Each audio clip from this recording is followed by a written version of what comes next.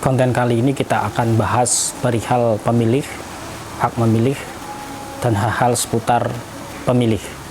Definisi pemilih itu sangat sederhana. Di sini disebut pemilih adalah warga negara Indonesia yang sudah genap berumur 17 tahun atau lebih, sudah kawin atau sudah pernah kawin. Jadi penjelasannya gini, warga negara Indonesia yang pada hari pemungutan suara sudah genap 17 tahun atau lebih, sudah kawin atau sudah pernah kawin, mempunyai hak memilih. Itu perihal konsep dasar pemilih. Kemudian nanti di jelang pemilu biasanya masyarakat akan mendengar istilah jenis-jenis pemilih. Jenis-jenis pemilih ini menurut Undang-Undang Pemilu ada 3, yaitu pemilih DPT, daftar pemilih tetap, kemudian pemilih tambahan atau biasa disebut sebagai DPTB, kemudian pemilih khusus atau pemilih DPK, daftar pemilih khusus. KPU biasanya jelang pemilu punya orang-orang yang tugas di lapangan, namanya pantarlih, petugas pemutahiran data pemilih. Ini Bapak Ibu nanti didatangi ke rumah, Bapak Ibu menunjukkan kartu keluarga, kemudian EKTP, dipastikan bahwa Bapak Ibu sesuai alamat tersebut didaftar sebagai pemilih, itu pemilih DPT. Kemudian ada namanya pemilih tambahan. Nah, pemilih tambahan itu adalah orang-orang yang sudah terdaftar di DPT sebagai pemilih, tapi pada hari coblosan dia bertugas, misalkan keluar kota, atau kuliah, atau mondok, atau dia kena bencana alam sehingga pindah tempat. Intinya dia tidak bisa mencoblos di lokasi di mana dia terdaftar atau didaftar sebagai pemilih DPT.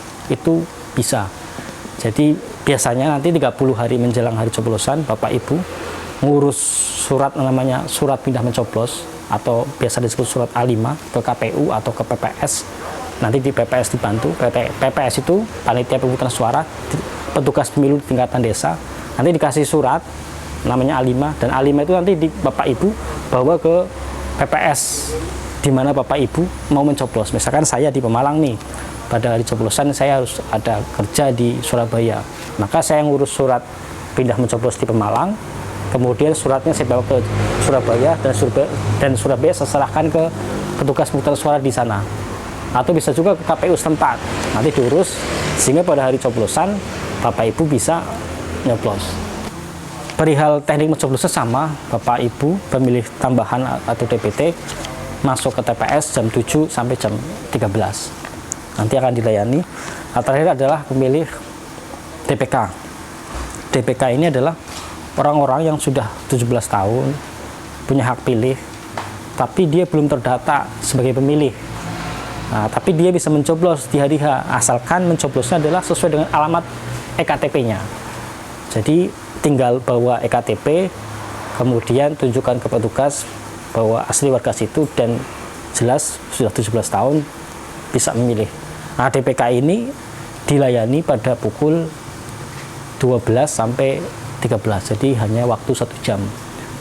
Dan syaratnya adalah ketika surat suara masih tersedia di TPS tersebut.